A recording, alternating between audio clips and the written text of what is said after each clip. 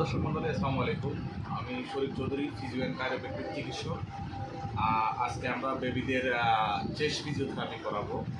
আর যাদের হচ্ছে pneumonia plus হচ্ছে ব্রঙ্কাইটিস, পাশাপাশি অনেক সময় কফ বেঁচে থাকে, চেস্টে ক্লিয়ার হয় না, পোস্টার ড্রেনেজটার ব্যবস্থা ভালো হয় না, ব্রেথিংয়ে প্রবলেম হয়, তারা আপনার বাসায় কোন ব্যায়ামগুলো করাইলে শিশু খুব তাড়াতাড়ি ব্রেথিংয়ে উন্নতি হবে, প্লাস পাশাপাশি যদি বুকে কফ থাকে সেটা ড্রেনেজ ব্যবস্থা খুব ভালো হবে। এই ব্যায়ামগুলো আপনারা যদি বাসায় করাতে পারেন আশা করি ভালো রেজাল্ট পাবেন। 3টা পজিশনে আমরা করাবো, একটা হচ্ছে সুপাইন পজিশন, একটা প্রোনিং পজিশন, আর একটা হচ্ছে সাইড লেগ পজিশন। হ্যাঁ, আমরা প্রথমে সুপাইন পজিশনে করাবো।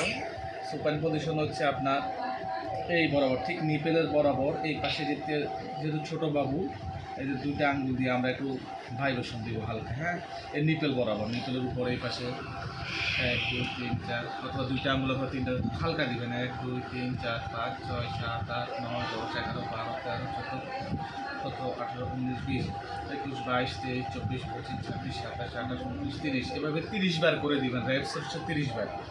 1 2 3 4 5 6 7 8 9 10 11 12 13 14 15 16 17 18 19 20 21 22 23 24 25 26 27 28 29 30, দুই পাশে 2-3 বার করে দিবেন। এটা হচ্ছে কোণে পজিশন। আর সাইড লাইনে হচ্ছে এইভাবে বাচ্চাকে সাইড লাইন করে দিবেন। সাইড লাইন করে সাইডে হালকা সাইড করে সাইডটাতে হালকা হালকা ভাইব্রেশন, এইভাবে ভাইব্রেশনটা করাবেন ঠিক সাইডে। হ্যাঁ, এই যে 1 2 3 1 2 3 4 5 6 7 8 9 10 11 12 13 19 20 21 22 23 24 25 26 27।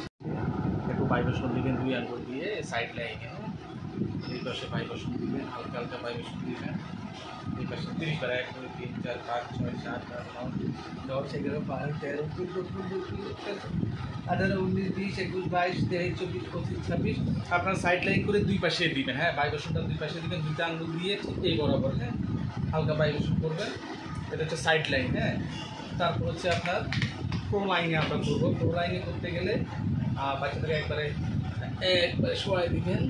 এই 6 7 8 9 10 11 12 13 14 15 16 আস্তে আস্তে ভাইব্রেশন দিবেন। যে আপার লোকে 1 2 3 4 5 6 7 8 9 10 11 12 13 14 15 16 17 18 19 20 21 22 23 24 25 26 27 28 29 30।